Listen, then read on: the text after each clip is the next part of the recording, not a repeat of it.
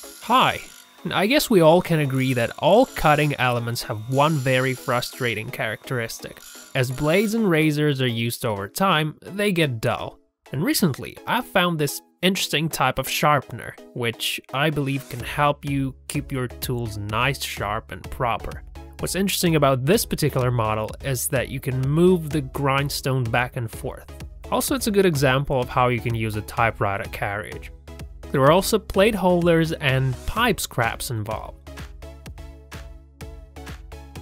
Looks good, works well, I like it. And here's a little something for the marking gauge. You can put something inside, and there's also a rack on each side. So very comfortable and easy to work with. For longer parts, you can retract this longer desk.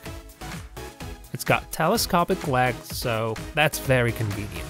If the surface you're working on isn't very even, you can make necessary adjustments. And the best part is that it's portable and very compact. Now this next thing is for those of you who does ceiling flattening and polishing. Using this simple cardboard pan, you won't become Snow White, because it holds all the dust. Main parts are made of oriented strand board. The only downer is that you can't work the angles with it. The next thing on our list is a grinder feature. Held with a clamp of soft felt pad, it works just fine.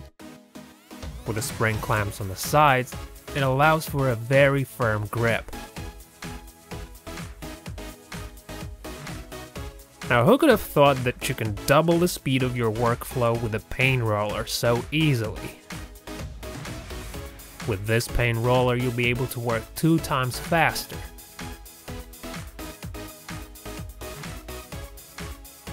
Next year, I'll definitely make one to paint the fence.